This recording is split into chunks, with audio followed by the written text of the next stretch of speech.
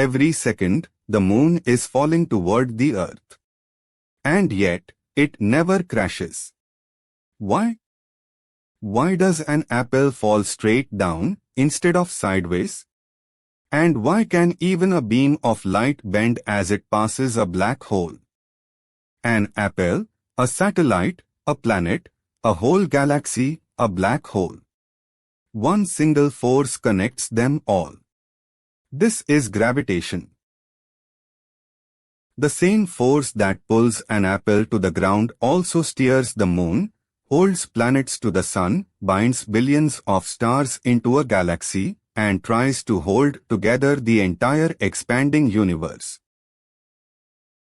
In 1665, a 23-year-old Isaac Newton had a daring idea. What if the force that makes an apple fall is the very same force that keeps the moon in orbit?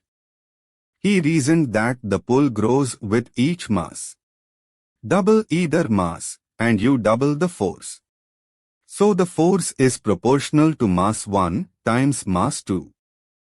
But move the two bodies apart, and the pull weakens fast, as the inverse square of the distance between them. Add the constant of proportionality, big G, and you have one of the most powerful equations ever written. Every symbol earns its place.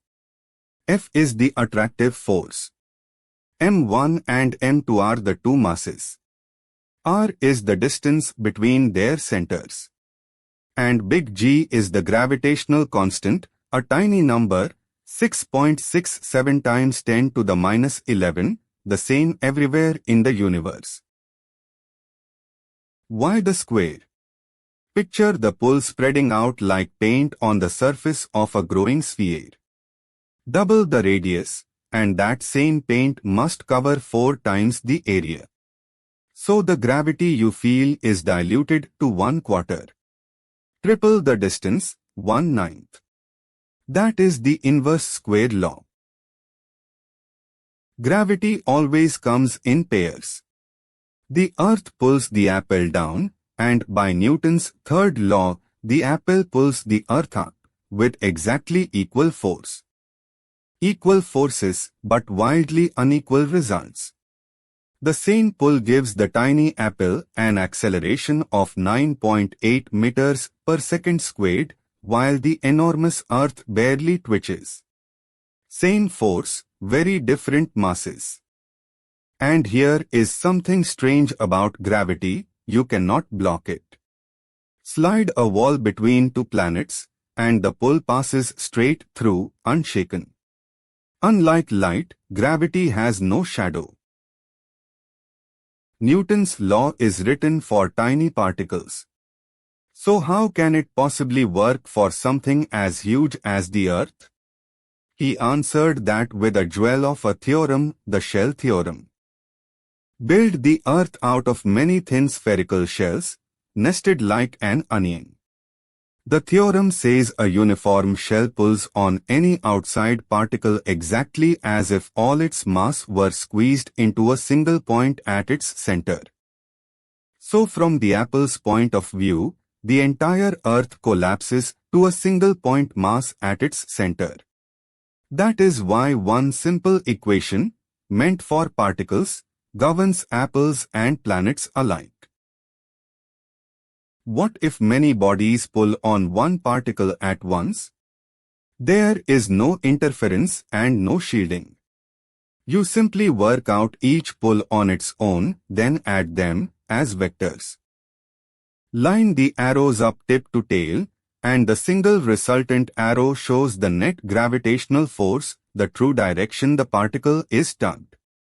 And for a solid body, split it into countless tiny mass elements, add up all their pulls, and the sum becomes an integral. Unless the body is a sphere, in which case the Shell theorem lets you skip the maths entirely. Put Newton's law together with F equals ma, cancel the object's mass, and out drops the gravitational acceleration, g equals big G, m, over r squared. Because it falls off as the inverse square, gravity weakens with height but slowly. Even 400 kilometers up, at the space station's altitude, gravity is still about 8.7 meters per second squared, nearly 90% of its surface value. So why do astronauts float? Not because gravity is gone, but because they are in constant free fall. The station races sideways so fast that as it falls, the Earth curves away beneath it. It is perpetually falling and perpetually missing the ground. That is an orbit. Two more subtleties. Because the Earth spins, a scale at the equator reads a touch lighter than at the poles. Some of gravity is spent supplying the circular motion. And because gravity is stronger closer in, a falling body is stretched, its near side is pulled harder than its far side. A gentle tug here, a body-ripping force near a black hole. Now dig inward. The Shell Theorem has a stunning twin. A uniform shell exerts no net force at all on a particle inside it. Every pull is perfectly cancelled by a pull from the opposite side. So only the mass inside your current radius pulls on you. Go deeper, and there is less mass beneath you. The force doesn't grow, it shrinks, straight down to zero at the very center. In fact, it grows linearly with distance from the center, exactly the form of Hooke's law for a spring. Imagine a tunnel bored clean through the planet, pole to pole. Drop a capsule in. With a Hooke's law force, it doesn't just fall, it oscillates back and forth, like a mass on a spring. Simple harmonic motion, through the heart of the Earth. Every pair of masses stores gravitational potential energy. We set it to zero when the bodies are infinitely far apart. Bring them together and gravity does positive work, so the stored energy becomes negative. As the separation shrinks, you dives deeper and deeper below zero. A tightly bound system sits in a deep energy well, and climbing out of that well costs energy.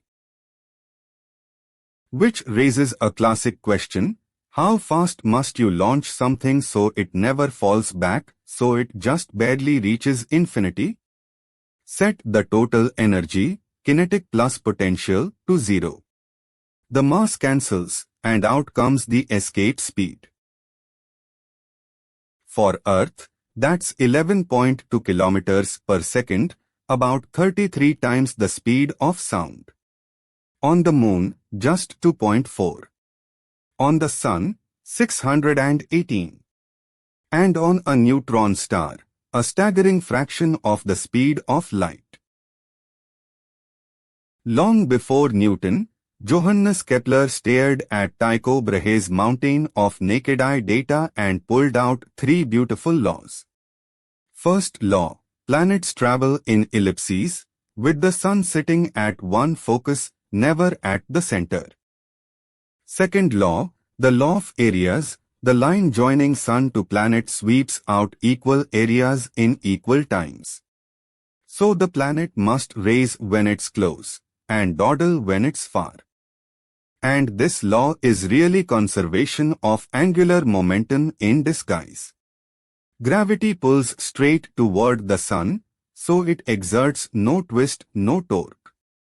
With angular momentum fixed, the sweep rate must stay constant. Kepler's rule and a conservation law are one and the same. Third law, the law of periods. The square of a planet's year is proportional to the cube of its orbit's size. Lot T squared against a cubed for every planet, and they fall on one straight line, a single law, set entirely by the Sun's mass. For a satellite in a circular orbit, energy splits in a tidy way. The kinetic energy is positive, the potential energy is negative and twice as large, and the total sits below zero, the signature of a bound orbit. And that leads to one of the most counterintuitive facts in physics. A smaller orbit means a faster satellite. So if a spacecraft fires its thruster backwards, removing energy, it drops to a lower orbit and ends up moving faster than before. Slow down to speed up. 2.5 centuries later, Einstein looked deeper. His starting point was a single thought: a person in free fall feels no weight at all.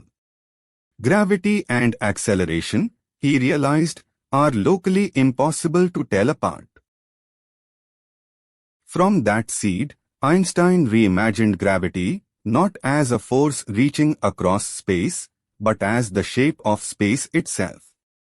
Mass curves the spacetime around it, and objects simply follow the straightest possible path through that curved geometry. Even light must follow the curve. As a ray grazes a galaxy, its path bends gravitational lensing. And when the alignment is perfect, the light of a distant object wraps entirely around the mass into a glowing circle, an Einstein ring. Let's gather the whole journey into one map. At the center, gravity. From Newton's inverse square law branch the Shell Theorem, superposition, potential energy and escape speed, Kepler's laws, the energy of satellites, and finally Einstein's curved spacetime. Before we zoom out, a challenge. Suppose the Earth suddenly became twice as massive, without changing its size. Pause here and think, what happens to surface gravity? To the escape speed? And to a satellite's orbital period? From an apple, to the Earth, to the Moon, to the Sun, to the galaxy, to the whole universe, it is all one force. Gravity is the weakest force we know. And yet, patiently, across the emptiness of space, it is the architect of the cosmos.